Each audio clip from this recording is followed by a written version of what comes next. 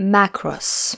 Seiki wanted to say Macross. I mean, mispronouncing the very important word galactic is already on my track record, and that's not even the proper noun. Anyway, back to Macross. Macross. Chaos. Chaos is what you can expect from this video. Let's go.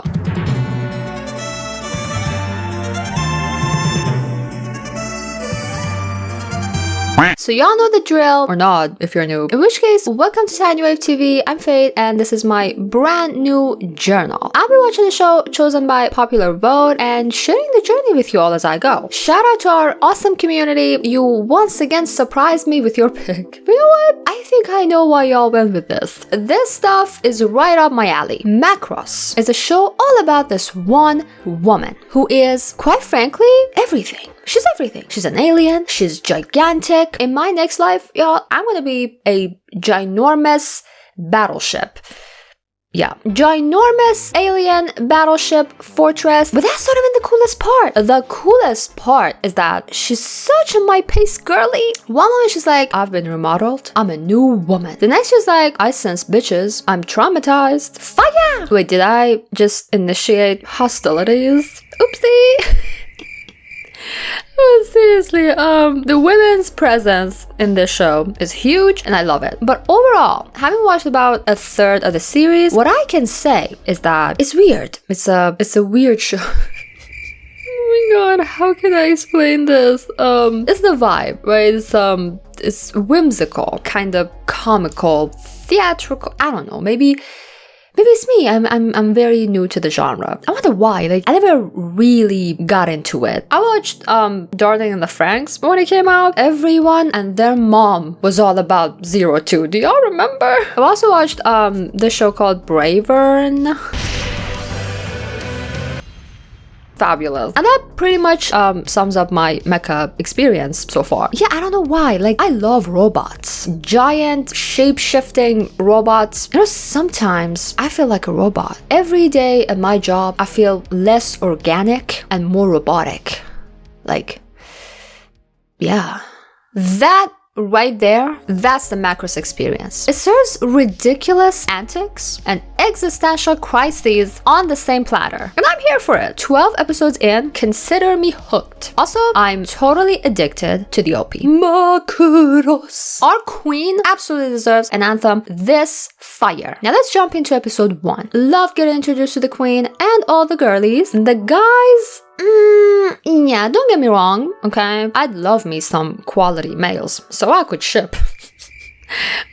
But yeah, episode 1 didn't really give me much to work with on that front. And what's up with the MC? I thought it was funny at first. Halfway through episode 2, I was like, is he for real? And then I think I just got used to it. What I don't think I can get used to, though, is the amount of anxiety the show gives me at times. Like, feels like we're always this close to annihilation. Yeah, if I were Minmay, I'd have a stroke. I'd have a heart attack before Hikaru had the chance to get me killed. Like, oh my god, not him holding her in his robotic hand, moving through a bombardment, unsheltered, and then remembering, oh, this plane is a 2-seater. I forgot. Like, dude. Well, the animation when she was falling looked scary as hell, but gorgeous. And that seems to be something we don't always get in this show. So yeah, episode 2 gave us a taste of Hikaru and Minmay's dynamic, which, again, maybe it's just me, but like, each of them individually is alright, but then they get together and I don't know what happens. They sound like, I don't know, elementary school kids. Or like, my last 2 brain cells after a full work week and 0 sleep. Do y'all know what I mean? There's this surrealness, this kind of absurd theater vibe when they're having a conversation. I don't know. Care about 1 and 2 without bringing up the third point of the triangle. My girl, who's only doing her job, but is somehow always the butt of every joke. It might be too soon for me to start complaining about the way my girl Misa is treated, so let's move on to episode 3. これがその民間人ですか? You know what?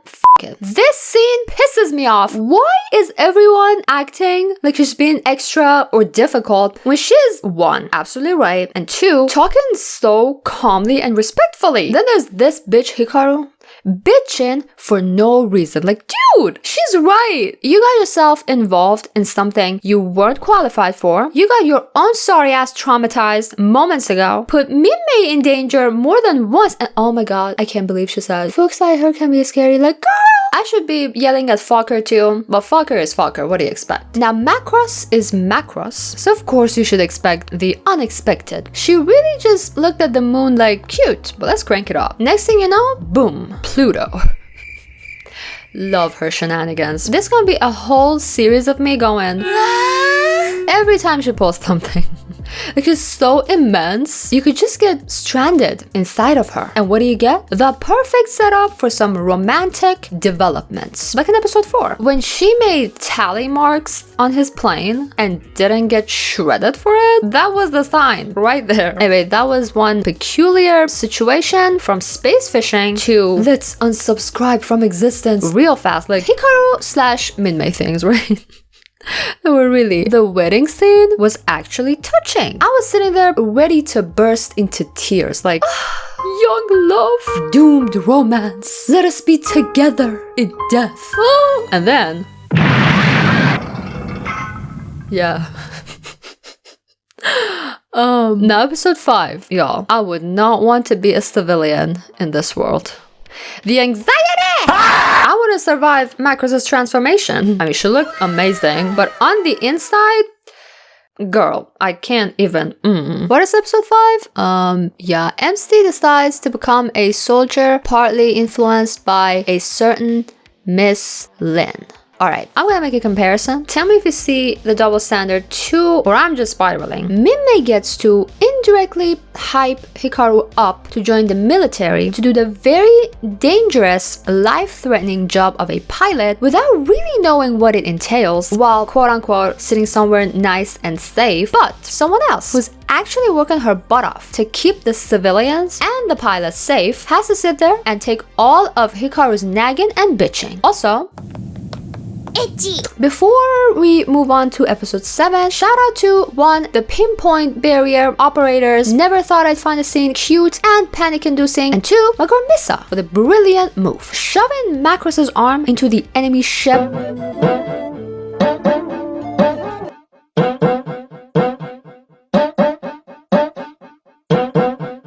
7 must really be a lucky number because finally, we've got a semi-handsome male in the show. Honestly, I'm emotional. What's life worth if a male beauty with a couple screws loose doesn't show up to make it hell for you?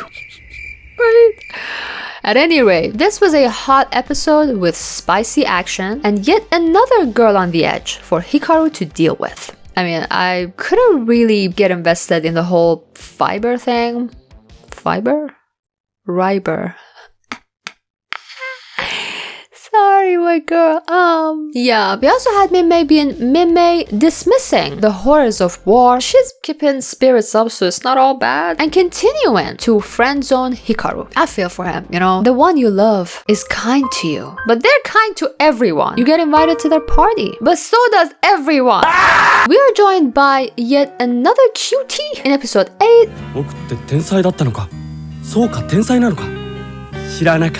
Ah, cute. And it somehow sounds even cuter once you know who the VA is. 9. Here's my honest reaction to the contents of this episode.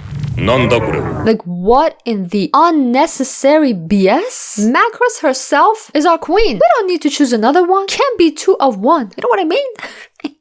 Yeah, but this made for a fun ride. Moving on to 10. Hikaru and Misa butt heads again, and this time I can't defend my girl. She was sticking to the rules and regs a bit too much, but I can't take Hikaru's side either. Because unnecessary bitching? Why do you have to attack? Alright, this is an argument, right? You're trying to convince your superior you got a point to prove. You are right. Why don't you defend your case instead of attacking her person? Questioning her education and her understanding of the situation.